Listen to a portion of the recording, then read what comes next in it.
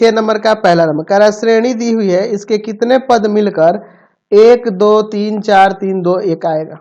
चलिए यह बताना है।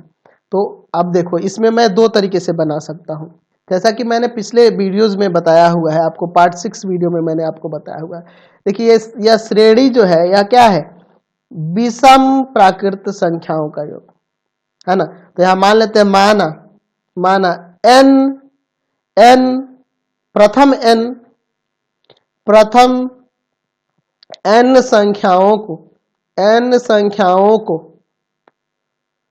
जोड़ने पर 1 2 3 4 3 2 1 प्राप्त होगा। ठीक है। अच्छा ये देखो, चूंकि हम लोग जानते हैं कि प्रथम n प्राकृत संख्याओं को, मैंने जो ट्रिक बताया उससे बता रहा हूं, प्राकृत संख्याओं के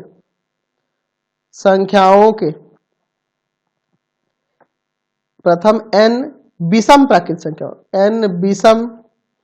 प्राकृत संख्याओं के योग, प्रथम n विषम प्राकृत संख्याओं के योग, यहाँ विषम लिखे हुए हैं, सही से लिख देता हूं, प्रथम n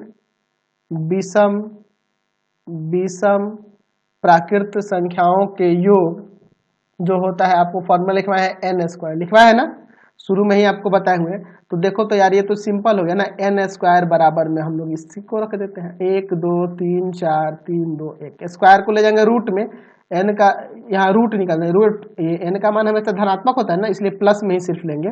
तो यह रूट होता है आपका किसका, तो ये होगा प्लस माइनस 1 1 1 1 का, चूंकि n धनात्मक होगा, ऋणात्मक नहीं हो सकता है, इसलिए n बराबर 1 1 1 1, यानी कि n का मान, यानी कि इसमें 1111 पद जोड़ने पर यह योग मिलेगा। तो देखो ये कितने आसान तरीके से बन गया, जो मैंने आपको शुरू में पार्ट 6 वीडियो में ये फॉर्मूला बताया है ना, उसी से यह बन गया।